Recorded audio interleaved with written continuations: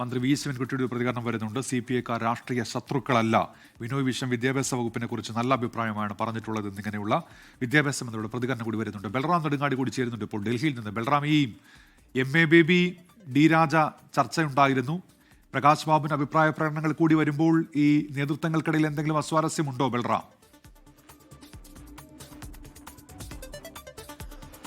ഉന്മേഷ്, നിലവിലെ സാഹചര്യത്തിൽ പുതിയ ചർച്ചകളല്ല വിവാദമായിരിക്കുന്നത്. കഴിഞ്ഞ ദിവസം നടന്ന ചർച്ചകളിൽ അതിൽ നിന്നും എന്ത് ഫലമുണ്ടായി എന്നുള്ളതിൽ CPIയുടെ വിലയിരുത്തലാണ്. പ്രത്യേകിച്ച് ഈ വിഷയത്തിൽ CPIM-ന്റെ ജനറൽ സെക്രട്ടറിക്ക് നിസ്സഹായനാണ് എന്ന പ്രതികരണം CPI ദേശീയ സെക്രട്ടേറിയറ്റ് അംഗം K പ്രകാശ് ബാബു നടത്തിയതാണ്.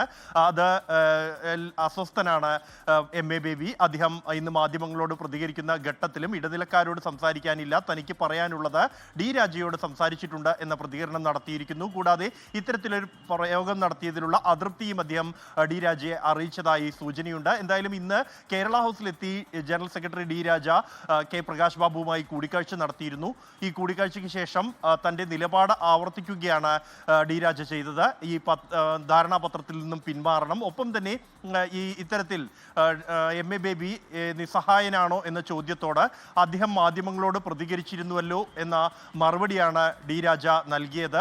ഇക്കാര്യം പാർട്ടിക്കുള്ളിൽ ചർച്ച ചെയ്തിരുന്നു ധാരണാപത്രത്തിൽ ഒപ്പിടും മുമ്പ് എന്ന കാര്യം ചോദിച്ചപ്പോൾ അത് നിങ്ങളോട് MA ബേബി നടത്തിയ പ്രതികരണത്തിൽ നിന്ന് തന്നെ വ്യക്തമായില്ലേ എന്നായിരുന്നു ഡി രാജയുടെ മറുപടി. ഒപ്പം തന്നെ ഈ MA ബേബിയുടെ ഈ മറുപടിയെക്കുറിച്ച് K പ്രകാശ് ബാബുവിനോട് ചോദിക്കുമ്പോൾ അദ്ദേഹം തൻ്റെ നിലപാടിൽ ആവർത്തിക്കുകയാണ് എന്നും കഴിഞ്ഞ ദിവസം നടന്ന ചർച്ചയിൽ എന്താണ് ഉണ്ടായത് എന്ന ബോധ്യത്തിൻ്റെ അടിസ്ഥാനത്തിലാണ് താൻ അത്തരത്തിൽ ഒരു നിലപാട് അറിയിച്ചത് എന്നും MA ബേബിക്ക് തന്നെ കുറിച്ച് എന്ത് വേണമെങ്കിലും പറയാം, അതിൽ തനിക്ക് പരിഭവമില്ല എന്നുമായിരുന്നു അദ്ദേഹത്തിൻ്റെ പ്രതികരണം. എന്തായാലും നിലവിൽ ഇപ്പോൾ ചർച്ചകൾ നടക്കേണ്ടത് സംസ്ഥാന തലത്തിലാണ്.